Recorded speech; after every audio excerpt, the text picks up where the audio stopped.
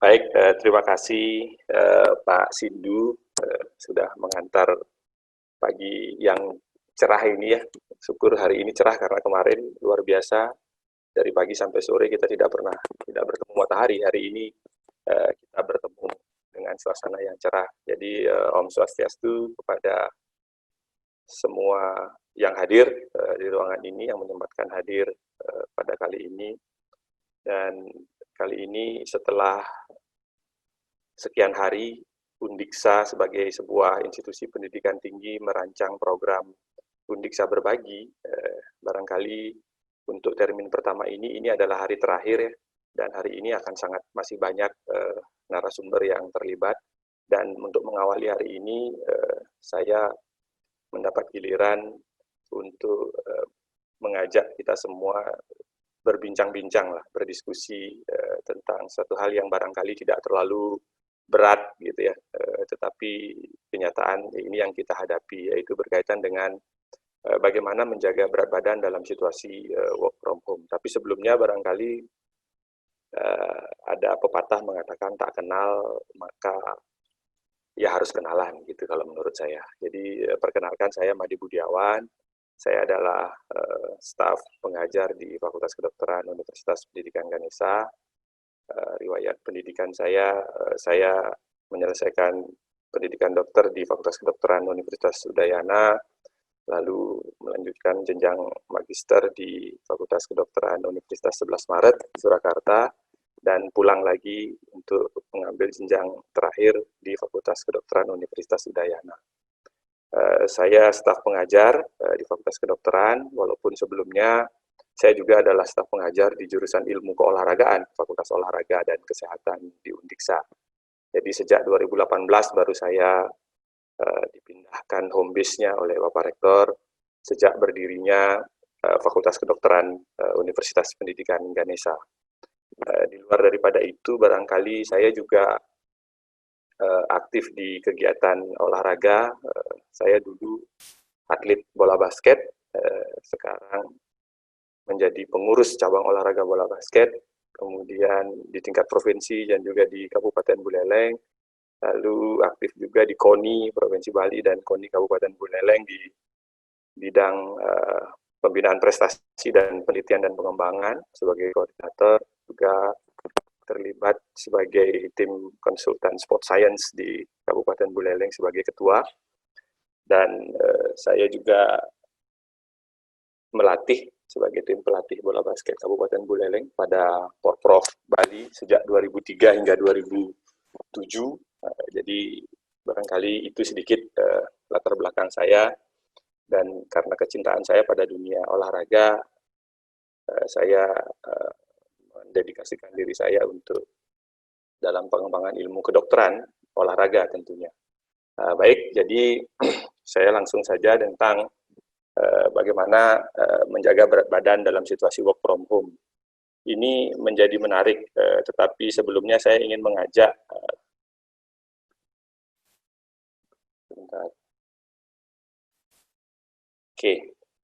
apa sih yang sedang terjadi hari-hari ini begitu ya.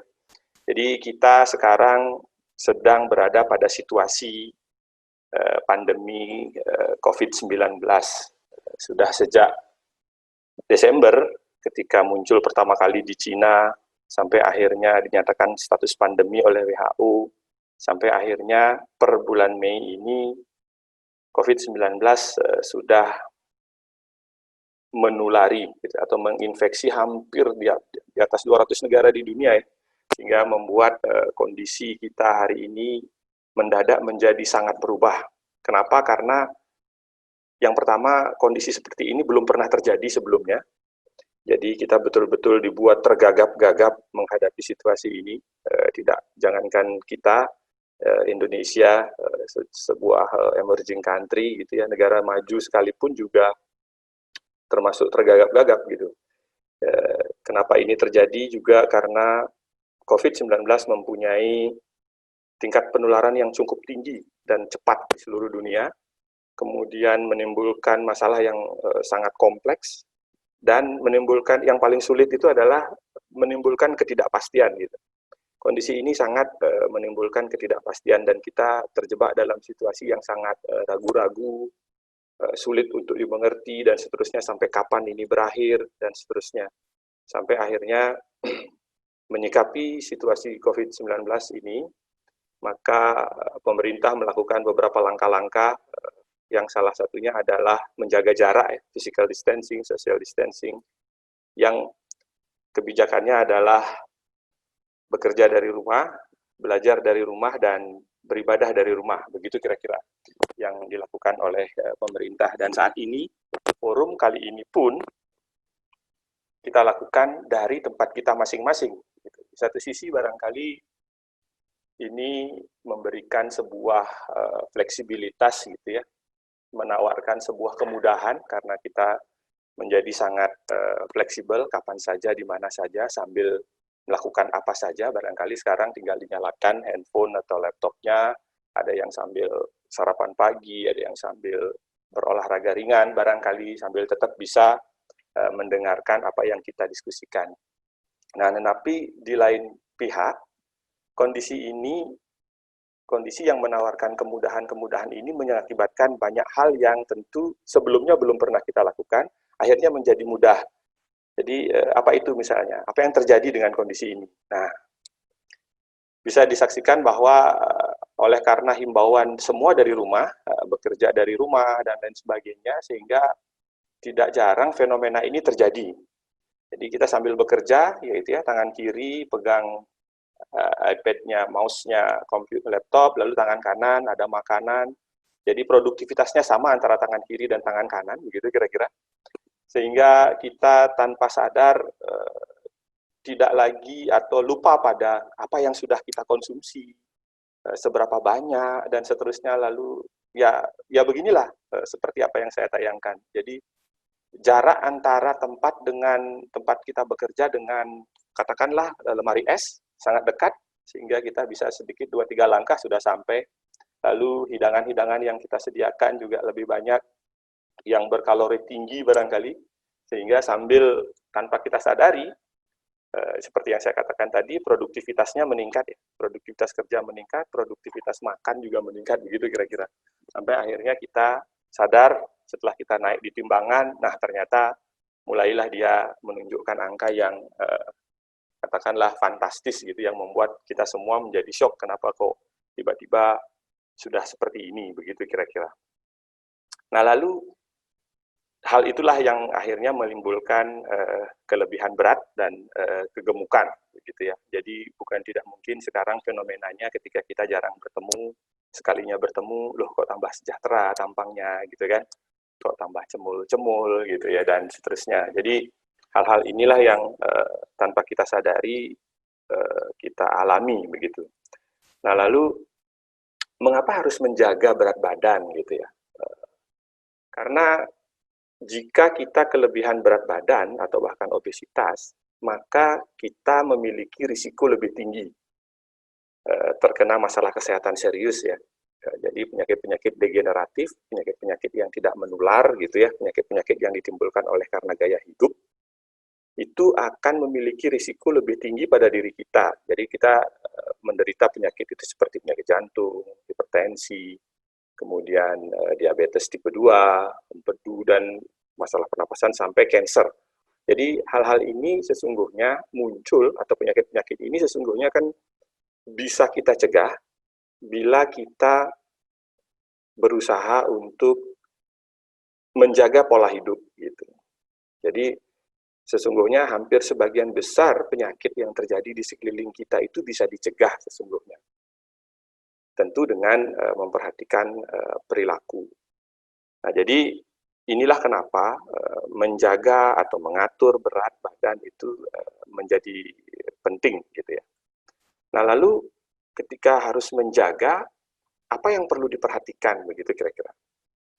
Yang pertama adalah indeks massa tubuh atau body mass index. Jadi indeks massa tubuh ini adalah sebuah ukuran yang kita gunakan sebagai salah satu parameter di dalam menentukan apakah berat badan seseorang itu normal, lebih, atau obesitas atau bahkan kurang dari normal. Jadi kenapa mungkin barangkali Bapak Ibu dan adik-adik bisa melihat banyak formulasi yang digunakan untuk itu, tetapi saya memilih indeks massa tubuh ini karena indeks massa tubuh memberikan gambaran yang lebih komprehensif gitu. Jadi membandingkan antara tinggi badan, berat badan, dan seterusnya. Lalu yang kedua adalah lingkar pinggang. Nah ini juga menjadi penting karena tidak jarang kita menjadikan lingkar pinggang sebagai indikator. Misalnya tiba-tiba celana yang dulu cukup, sekarang tiba-tiba tidak cukup. Atau bahkan ada yang sebaliknya, yang dulunya ketat, sekarang malah bisa digunakan. Nah tentu pasti hal ini akan diiringi oleh senyum lebar, begitu kira-kira ya. Yang terakhir adalah faktor risiko dan kondisi terkait obesitas. Jadi hal-hal inilah yang menurut saya harus diperhatikan di dalam bagaimana menjaga atau mengatur berat badan. Yang pertama, indeks massa tubuh atau BMI, Body Mass Index gitu ya.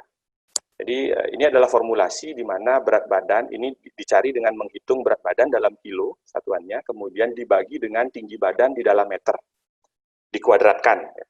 Jadi tinggi badan dalam meter itu dikuadratkan, lalu berat badan dibagi tinggi badan dalam meter yang dikuadratkan tadi.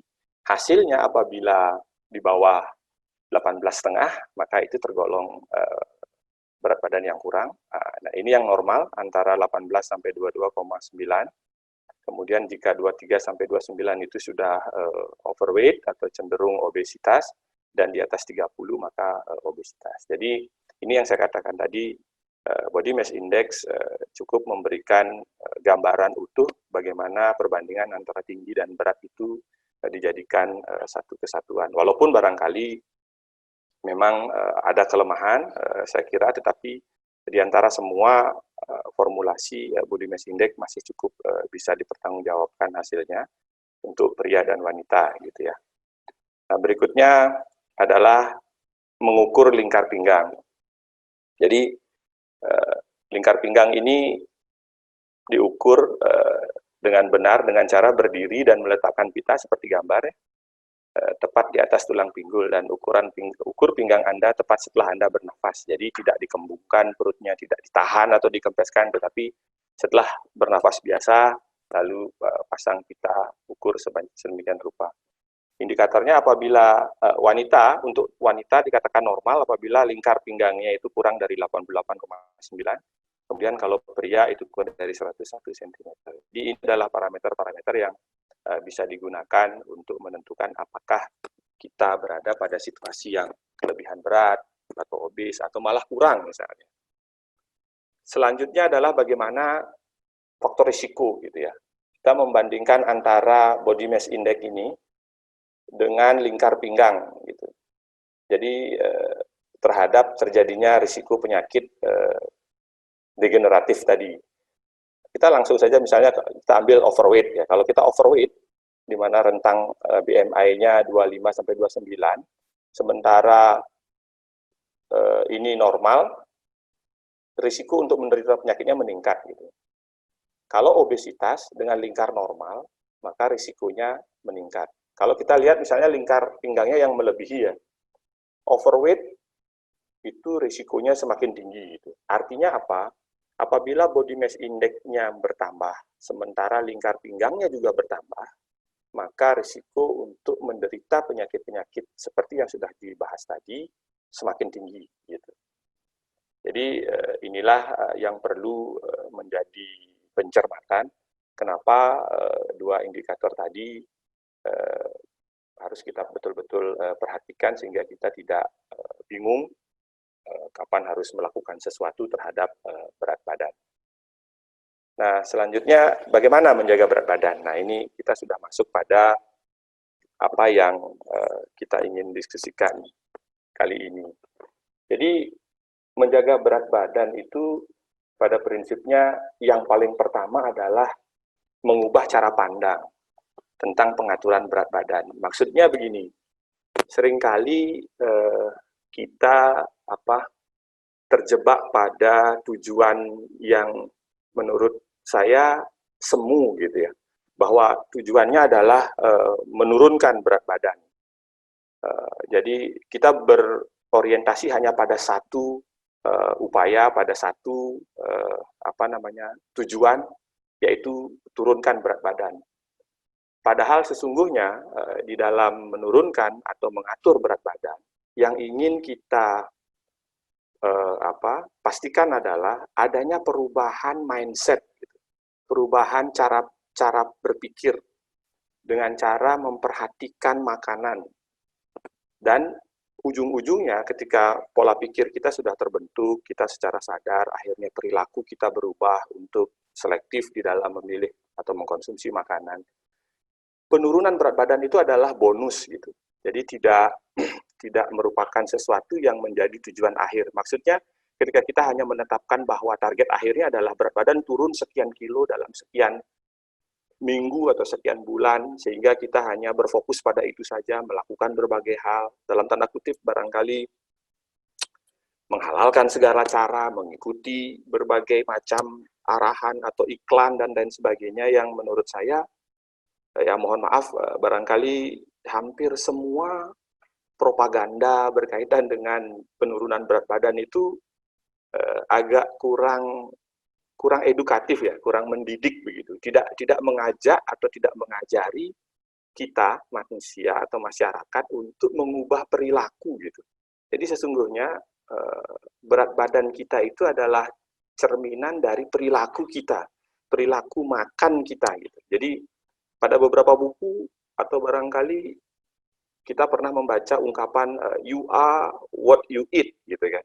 Kamu adalah apa yang kamu makan gitu. Jadi bagaimana perilaku makan kita itu menjadi cerminan karakter, boleh dibilang demikian ya. Jadi intinya bahwa cara pandang itu penting untuk kita ubah terlebih dahulu, sehingga kelak suatu saat nanti ketika kita bermasalah dengan berat badan, kita tidak akan terjebak pada situasi yang tertekan, depresi karena berat badan berlebihan. Kita lebih kepada bagaimana akhirnya kita punya upaya untuk mengatur berat badan gitu. Jadi naik turunnya berat badan itu adalah sesuatu yang dinamis, tergantung dari bagaimana perilaku kita. Sehingga kembali lagi pada poin pertama ini saya mengatakan bahwa cara pandang tentang pengaturan berat badan itu harus diubah terlebih dahulu, sehingga kita akan secara sadar mulai mengubah perilaku kita di dalam aktivitas makan, sehingga peningkatan atau penurunan berat badan yang terjadi itu merupakan dampak gitu. Bukan merupakan tujuan akhir. Begitu kira-kira yang ingin saya tekankan berkaitan dengan bagaimana cara pandang ini menjadi penting. Nah, yang kedua adalah mengkonsumsi makanan yang tepat gitu. Konsumsi makanan yang tepat. Maksud di sini adalah tentu kita harus mulai memahami bahwa makanan apapun yang kita konsumsi harus berpatokan pada kuantitas, kemudian berpatokan pada kualitas gitu ya, dan jenis. Yang ditawarkan oleh kita, oleh pemerintah Indonesia, kita sudah sering mendengar barangkali tagline Kementerian Kesehatan, 4 sehat 5 sempurna, gitu kira-kira ya. Jadi saya kira itu adalah sebuah rumusan yang sangat mujarab gitu, untuk mengajak kita semua apa yang sebaiknya harus kita konsumsi. Jadi tagline 4 sehat 5 sempurna itu kan seimbang sebenarnya. Kalau mau dipilah lebih dalam lagi, barangkali kalau saya ingin sederhanakan, 4 sehat 5 sempurna. 4 saja sudah sehat. Syukur-syukur ada yang kelima jadi sempurna, gitu kira-kira. Karena barangkali ya harus kita pahami, yang kelima itu kan susu. Susu barangkali tidak ada beberapa yang kurang familiar, baik dari sisi cita rasa atau dari sisi harga barangkali. Tetapi kalau 4 saja sudah terpenuhi, itu sesungguhnya sudah tergolong sehat begitu. Jadi 4 ini kan terdiri dari berbagai unsur, dari mulai makronutrisi dan mikronutrisi gitu. Ada, kalau kita sederhanakan, 4 itu adalah terdiri dari sumber karbohidrat, sumber protein, sumber lemak, dan mineral begitu kira-kira. Dan di sini saya tidak mengajak untuk para masyarakat atau siapapun untuk menghamba pada satu unsur, begitu ya. Barangkali ada beberapa pihak yang terlalu mengkultuskan satu unsur makanan gitu ya, hanya protein saja dikonsumsi karena memang dia beraktivitas yang sangat berat, berolahraga berat, atau mungkin seorang binaraga, bodybuilding yang menghamba pada protein, lalu mengabaikan lemak, mengabaikan karbohidrat gitu. Saya tidak akan terjebak di situ. Intinya saya ingin mengkampanyekan bahwa konsumsilah makanan atau gizi sehat seimbang gitu. Nah, ada beberapa yang ingin saya contohkan. Contohnya seperti ini ya. Jadi di dalam satu piring itu, komposisi kita dalam mengkonsumsi makanan, kalau kita bagi 4 kuadran, kita bisa lihat di sini, vegetables sama fruit ya, sayur dan buah itu separuhnya. Separuhnya adalah sayur dan buah, kemudian seperempatnya, kalau ini kita bagi 4, seperempatnya itu adalah karbohidrat yang bersumber dari biji-bijian. Biji-bijian apa saja? Kacang, beras. Beras kalau bisa ya beras merah barangkali yang lebih rendah indeks glikemiknya dan seterusnya. Lalu ada seperempat lagi adalah protein, healthy protein, dan lemak tentunya yang bersumber dari hewani gitu. Jadi seperti inilah komposisi bagaimana dalam satu porsi kita makan, seharusnya komposisi di dalam piring kita adalah semacam ini. Nah, pertanyaannya sekarang, sudahkah kita seperti ini? Gitu. Nah, saya kira barangkali ini ya tanyakan pada nurani saja, karena sehari-hari barangkali kita seringkali sulit untuk memenuhi ini, begitu ya. Tentu ada hal-hal lain, tentu ada cairan air, minum, dan sebagainya, dan ada minyak barangkali, minyak yang sehat tentu hidangannya dikelola dengan minyak yang berasal dari tumbuh-tumbuhan, dan seterusnya. Jadi ini adalah salah satu ilustrasi bagaimana di dalam kita mengkonsumsi sebuah hidangan, porsinya seyogianya mendekati ini. Nah, lalu dalam rangka work from home, gitu, bagaimana lalu porsi kita? Nah, ini barangkali sedikit saya bisa berikan ilustrasi. Kita jangan lupa bahwa karena kondisi kita bekerja dari rumah, relatif kalori atau energi yang kita gunakan itu tidak terlalu banyak, sehingga jika dimungkinkan maka komposisi makannya dalam satu piring, dalam satu porsi itu terdiri dari sedemikian tadi. Seperti yang sebelumnya saya tayangkan, ini adalah separuhnya adalah sumber serat, ya, sayur dan buah, lalu seperempatnya lagi karbohidrat dan lemak dan protein. Gitu. Dan ini tentu istilahnya menjadi semacam patokan lah, bahwa kalau kita mengkonsumsi makanan yang sehat dan seimbang, ya seperti ini yang harusnya kita konsumsi. Ini adalah menu untuk weight management, artinya mengatur supaya berat badan tidak terlalu gampang naik, turun, dan seterusnya. Jadi yang disertai dengan isi training, jadi aktivitas fisik yang ringan. Gitu. Lalu bagaimana dengan kalau misalnya yang moderat, misalnya dalam rangka moderat agak beban latihannya agak ditingkatkan gitu misalnya, olahraganya agak meningkat sedikit, tentu komposisinya dengan sendirinya juga berubah. Jadi sayur dan karbohidrat sebagai sumber energi harus diutamakan, ditambah lagi sedikit dan seterusnya. Nah, ini beberapa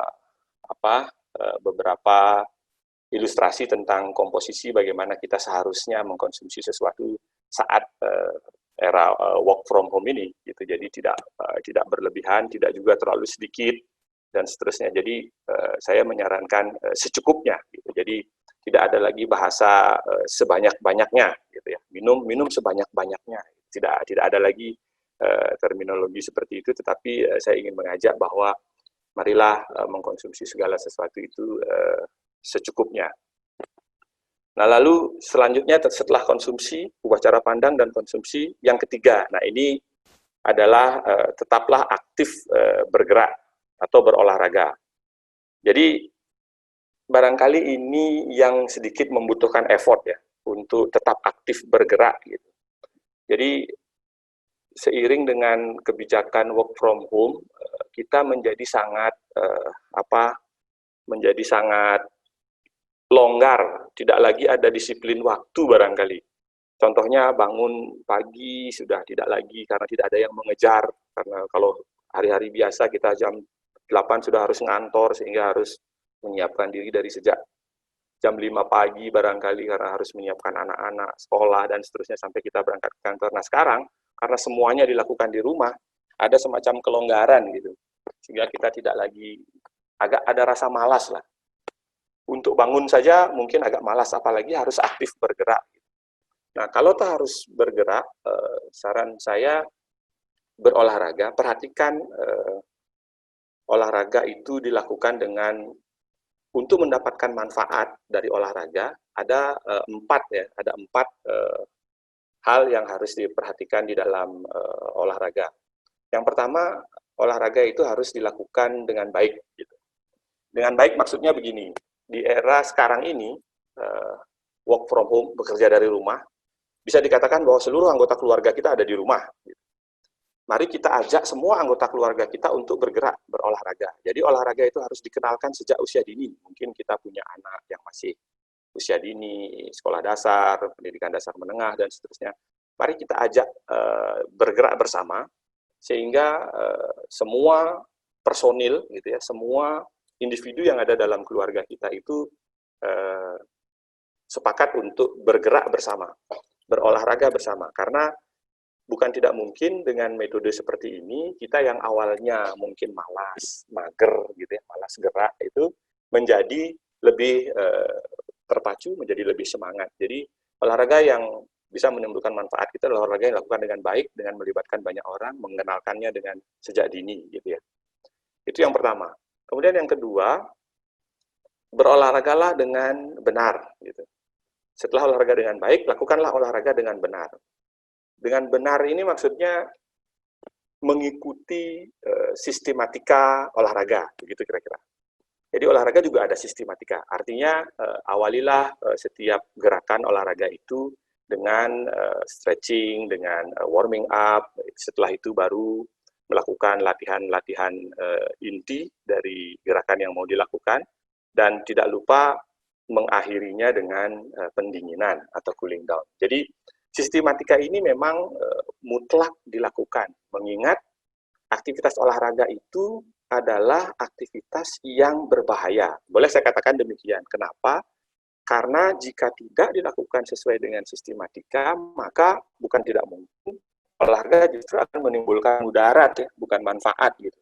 Karena tubuh yang tidak siap, yang tiba-tiba lalu kita paksa, kita push dia untuk bergerak melebihi batas kemampuannya, ini tentu akan menimbulkan akibat yang bisa jadi fatal kalau memang yang bersangkutan tidak terbiasa. Sehingga oleh sebab itu lakukanlah olahraga dengan benar, yaitu maksudnya adalah mengikuti sistematika olahraga.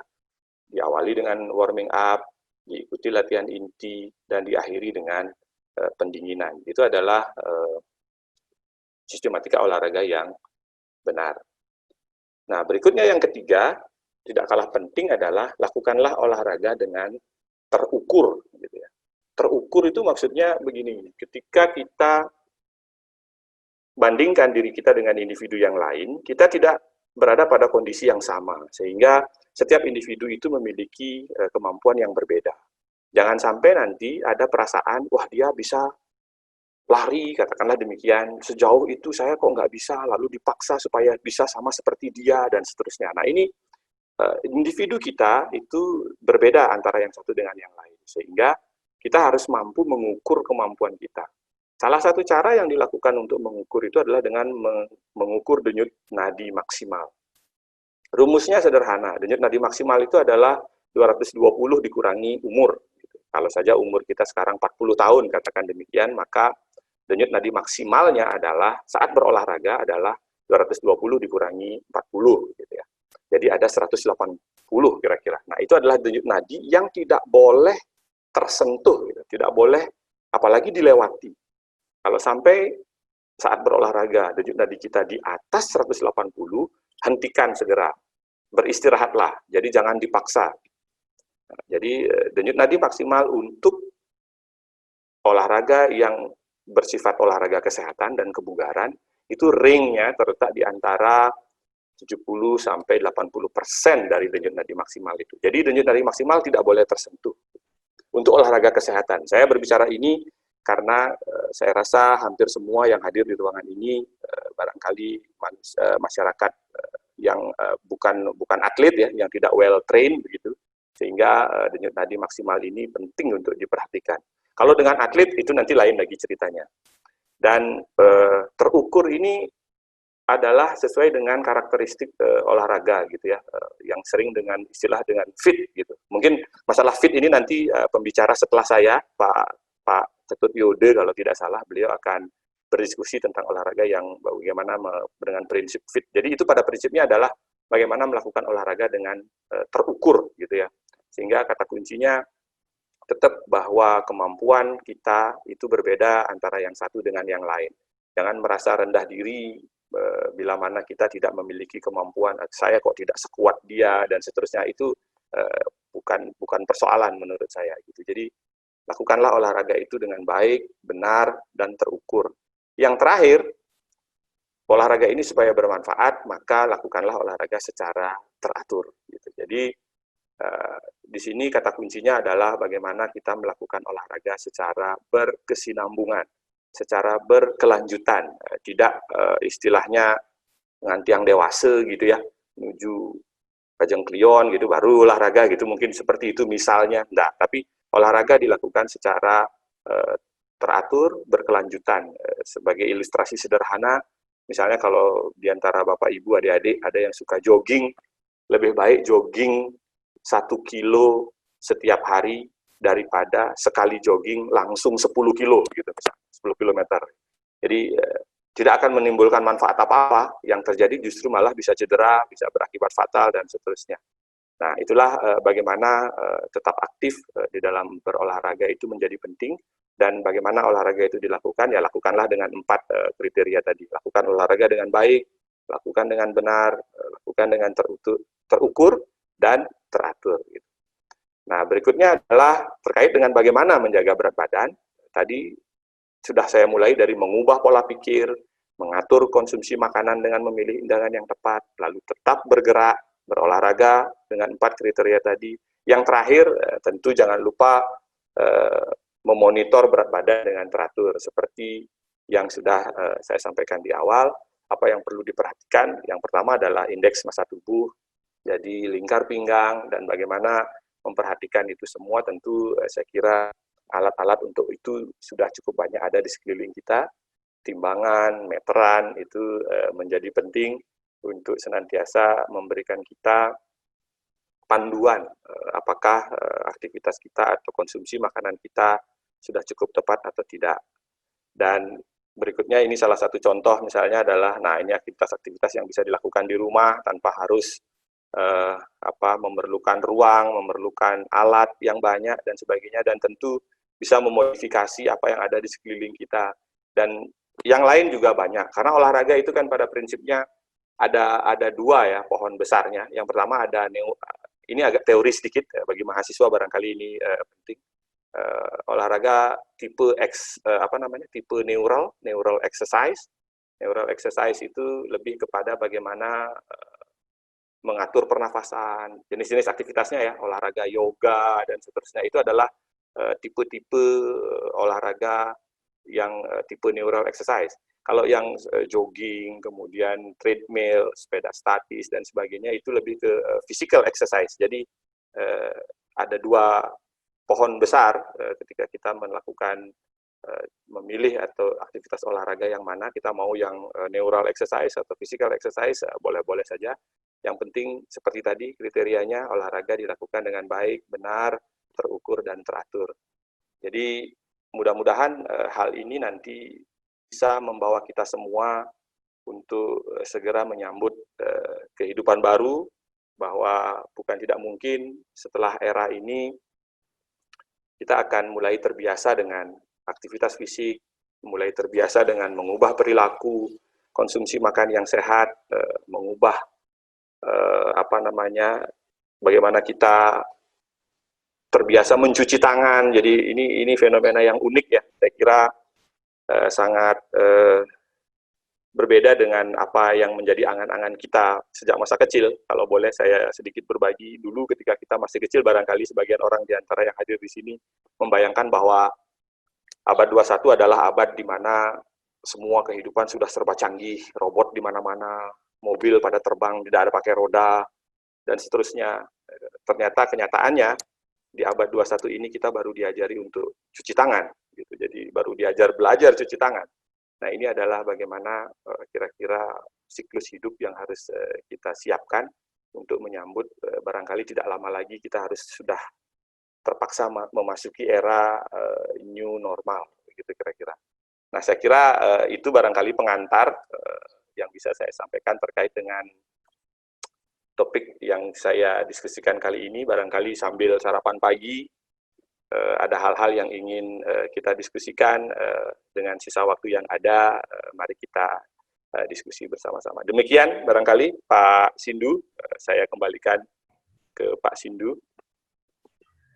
Baik, terima kasih Pak Dokter, sangat menarik sekali ini materinya, ya, terutama ya yang saya ingat pesan Bapak tadi bahwa tahun 2020 ini baru kita diajarkan cuci tangan ini, betul ya. Termasuk ya kami, ya, saya juga ya baru memahami bagaimana proses cuci tangan. Kita sudah sering melihat hal itu, bahkan sejak kecil sudah diajarkan tuh hal itu. Nah, jadi di grup chat ada beberapa ada satu pertanyaan dari Bu Luhari ini dari staf kebidanan Undiksa. Ya, bertanya terkait tentang apakah diet UCD yang dipopulerkan oleh Deddy Corbuzier itu aman dilakukan saat ini. Nah, lebih aman mana dok dengan diet kardio untuk menjaga berat badan? Intinya menjaga berat badan saat ini ya di masa work from home ini. Mungkin silakan Pak Dokter untuk memberikan jawaban. Saya kira ini pertanyaan menarik ya, bahwa sebelum kita menentukan, jadi Bu Ari ini concern terhadap berat badan barangkali dari sisi estetik ya. Jadi kalau remaja putri atau ibu-ibu cenderung concern terhadap peningkatan berat badan.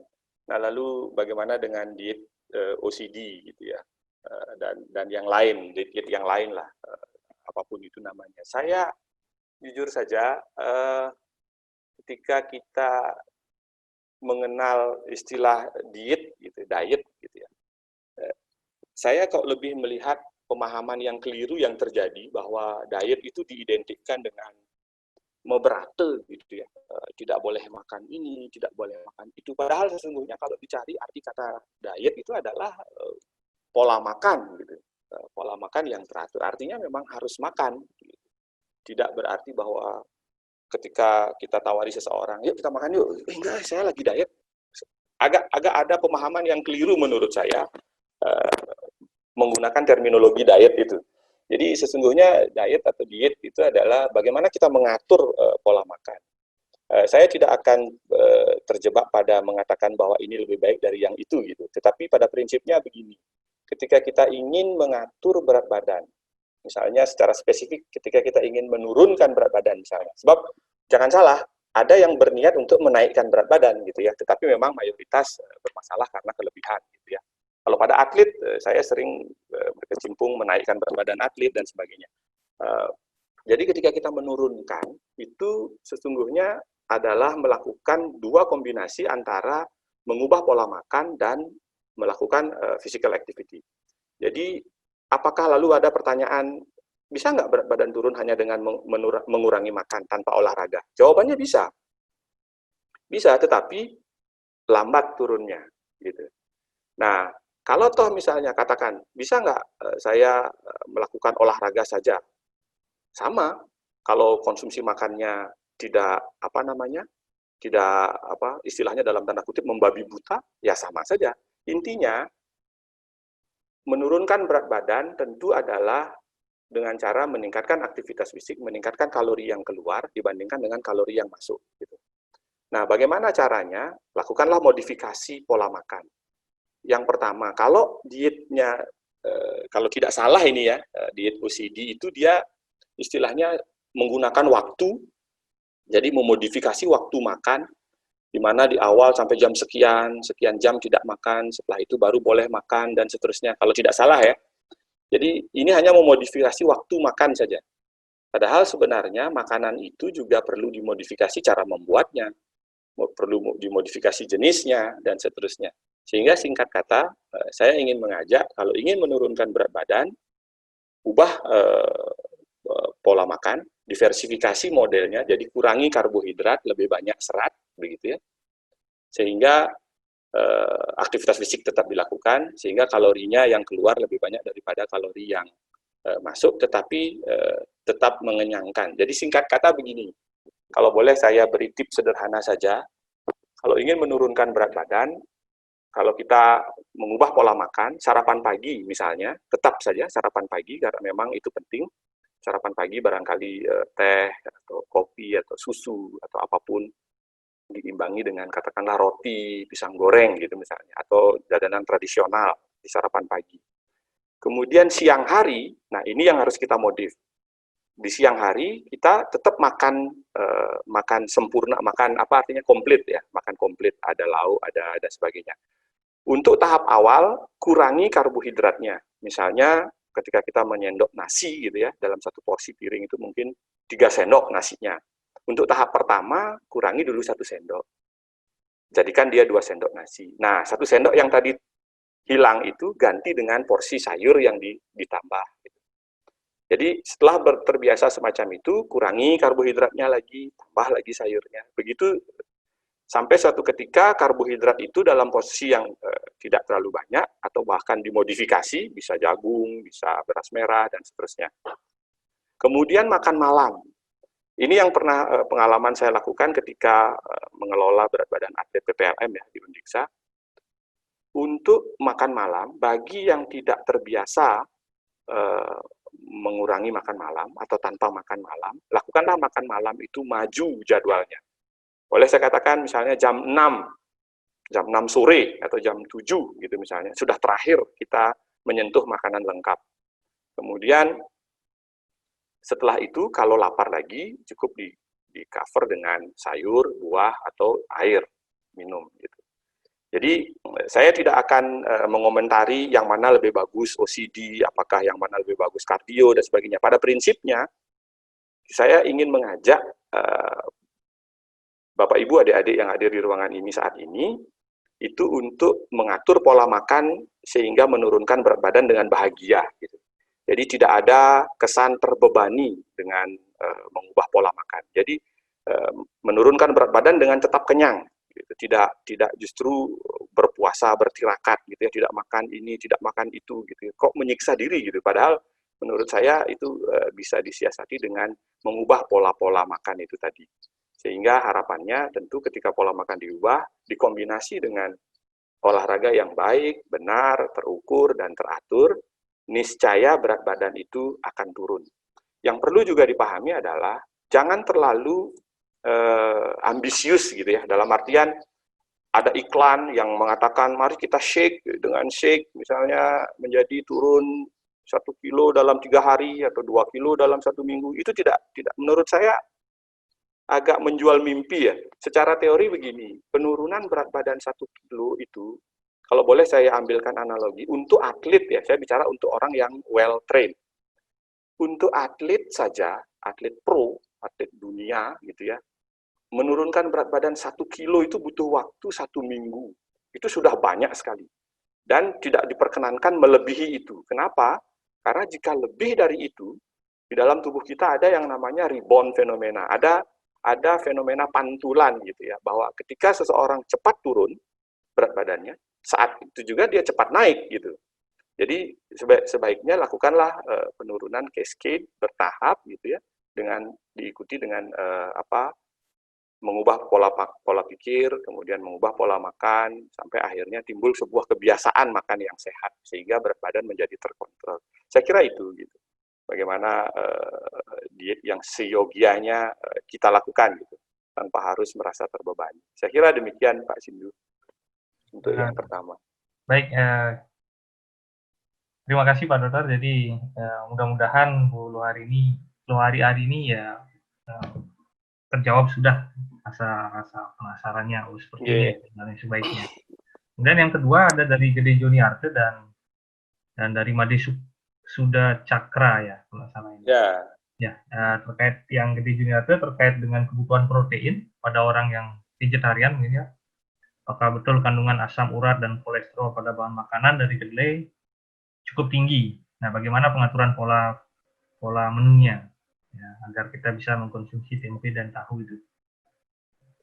Baik, terima kasih. Jadi ini memang pertanyaannya menarik ya tentang vegetarian. Saya kira khusus bagi para vegetarian, saya kira ada beberapa indikator ya, karena kelompok vegetarian itu juga ada jenis-jenisnya kalau saya tidak salah. Mohon maaf ini mungkin mari kita diskusi, bisa dikoreksi. Ada yang lakto vegetarian kalau tidak salah begitu, ada yang ovo gitu ya, artinya yang susu, telur, dan susu dan telur gitu ya, masih sumber-sumber proteinnya dari sana.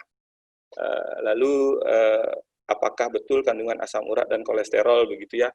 Intinya begini, untuk kandungan lemak dan apapun namanya pada protein atau pada unsur-unsur nabati itu jelas memiliki nilai yang sedikit lebih baik ya.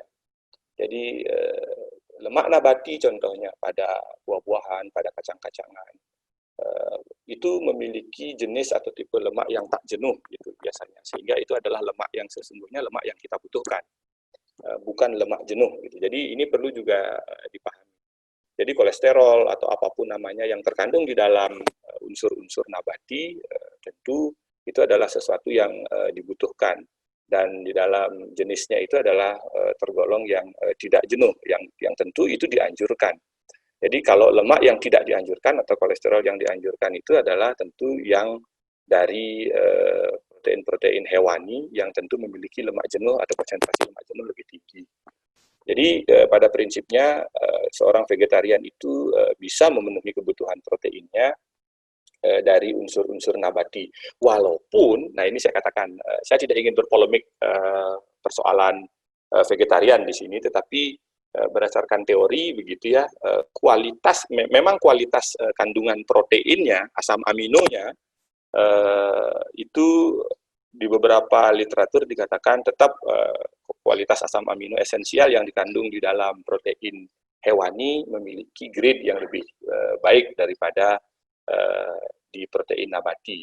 Tetapi walaupun demikian tentu di dalam hidangan protein yang dikonsumsi oleh seorang vegetarian itu kan bisa disubstitusi atau dikombinasi dengan unsur-unsur yang lain sehingga unsur-unsurnya menjadi lengkap begitu kira-kira. Jadi tidak perlu berkecil hati begitu, dan saya kira vegetarian juga merupakan sebuah pilihan yang menurut saya suatu saat barangkali kita semua akan mengarah pada pilihan ini tanpa dipaksa gitu ya.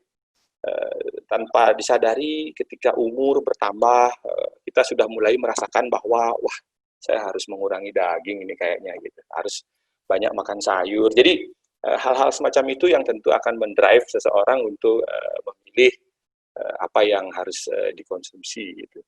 Nah, lalu pengaturan pola menu jika mengkonsumsi tempe tahu, nah ini kan tentu tergantung dari bagaimana inovasi, kreativitas barangkali ya yang bisa dilakukan. Jadi tidak ada yang salah antara tempe dan tahu. Jadi itu kandungan proteinnya cukup baik gitu ya, bahkan tersedia setiap saat, mudah dicari begitu dan seterusnya. Saya kira tidak harus kebingungan karena modifikasi dari hidangan yang berbasis tempe dan tahu atau berbasis kedelai, katakan demikian, itu cukup banyak variasinya di beberapa tempat, bahkan bisa dimodifikasi menjadi berbagai macam hidangan gitu ya. Ada yang sampai dibuat jus, ada yang jadi burger tempe, stick tempe dan seterusnya misalnya itu kan. Nah, itu adalah modifikasi. Lalu mengatur menunya ya saya kira tentu berdasarkan, ini sangat subjektif menurut saya. Kalau toh harus dalam satu hari itu terus tempe dan tahu, ya tentu juga pasti akan ada hal-hal yang menimbulkan kebosanan, barangkali ada variasi-variasi lain. Mungkin demikian kira-kira untuk pertanyaan ini. Baik Pak Dokter, oke. Untuk selanjutnya pertanyaan dari Made Sude Cakre, Pak ya. Oke, ya. Jadi, ya olahraga adalah bagaimana kita menghargai diri atas apa yang tubuh kita hasilkan, ya, bukan Iya. sebuah hukuman atas apa yang kita makan. Nah, di sisi lain, kegiatan olahraga fisik yang dapat menimbulkan cedera, bahkan para atlet yang memiliki aktivitas fisik yang tinggi dan pola makan yang baik itu sangat memungkinkan terkena cedera. Nah, bagaimana kita menanggapi hal ini? Ya, betul. Ini sudah cakra, ya ini mahasiswa Fakultas Kedokteran. Jadi begini, seperti yang sudah saya katakan tadi, bahwa olahraga itu, sekali lagi saya katakan, aktivitas olahraga itu adalah aktivitas yang berbahaya sesungguhnya. Kenapa? Karena apabila itu dilakukan tidak memenuhi kriteria 4 tadi, tidak dilakukan dengan baik, tidak dilakukan dengan benar, tidak dilakukan dengan terukur, ini menjadi penting, dan tidak dilakukan teratur, nah, maka manfaat dari olahraga itu tentu tidak akan maksimal bisa kita peroleh gitu. Kalau ini khusus untuk atlet gitu ya. Jadi kalau kita bicara atlet tentu dia sudah mengikuti program latihan yang sudah diprogramkan oleh pelatih gitu. Nah, disinilah tentu butuh wisdom gitu ya, butuh kebijaksanaan untuk bagaimana menyusun pola latihan yang benar. Karena memang tidak mudah menyusun program latihan.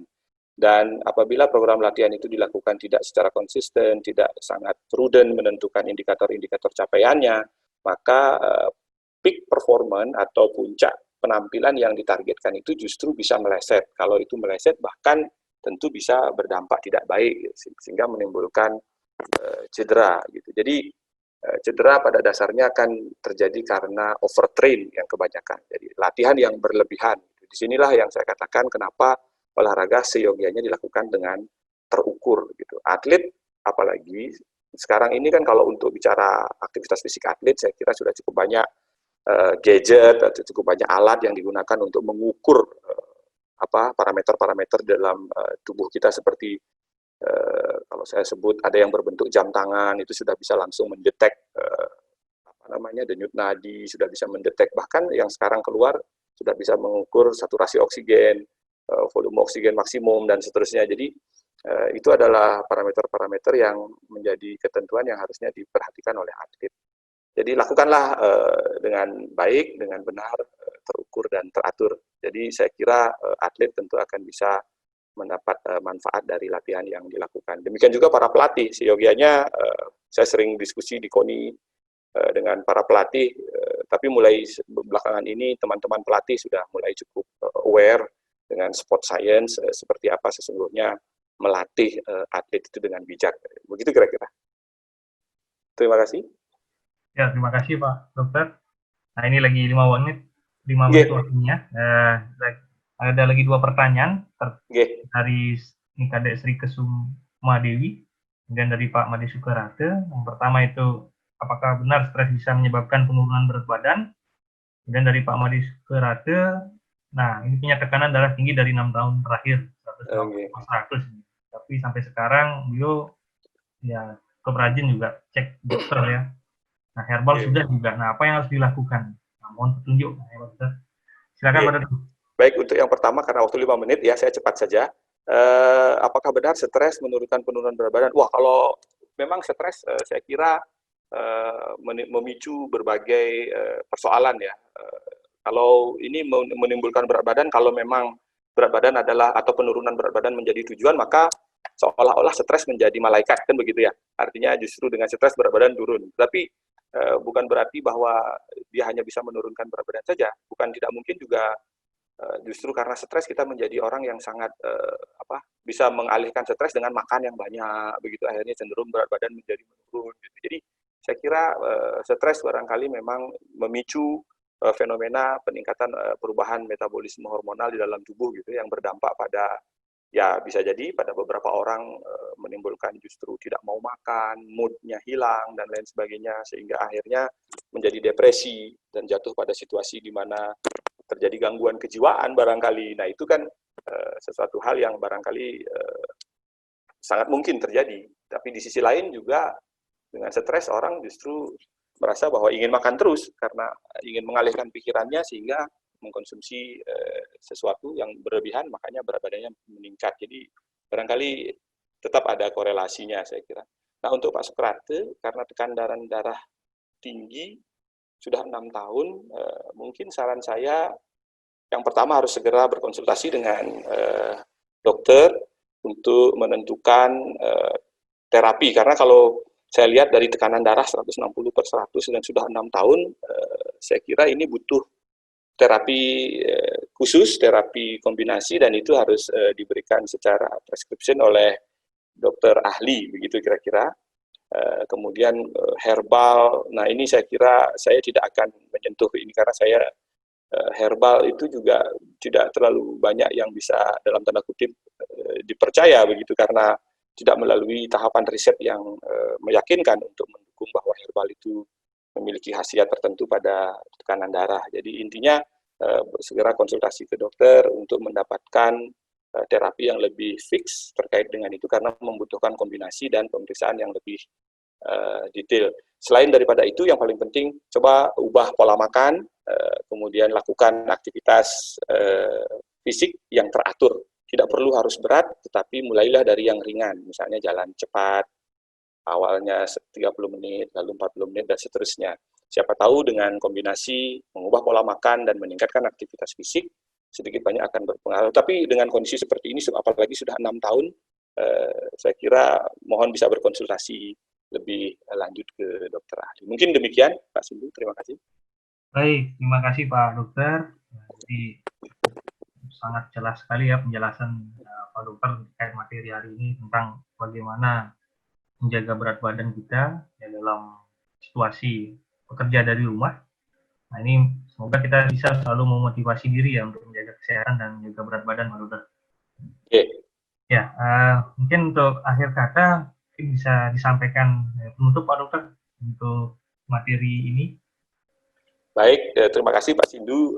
Sebagai penutup dari saya ingin mengajak semua masyarakat dimanapun berada di dalam menyambut kehidupan normal baru yang tidak lama lagi barangkali kita akan segera masuki. Maka mulai dari sekarang ubahlah pola pikir, ubahlah perilaku, sehingga kesehatan kita dan orang-orang yang kita cintai, orang-orang yang kita sayangi bisa terjaga. Jadi mulailah dari sehat diri kita sendiri. Mungkin demikian, Pak Sindu. Terima kasih.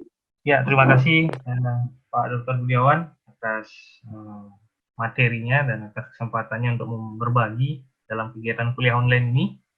Nah, Bapak Ibu partisipan, adik-adik mahasiswa, silakan nanti mengisi form yang saya sudah kirimkan di aplikasi chat Zoom ini. Silakan diisi sebelum jam 4 sore. Baik, karena sudah ditutup, saya akhiri saja perkuliahan kuliah online pagi hari ini dari Bapak Dr. Budiawan. Kita sampai jumpa di perkuliahan selanjutnya. Ya, selamat pagi, Om Santi Santi Santi Om. Om Santi Santi Santi. Selamat pagi. Selamat pagi.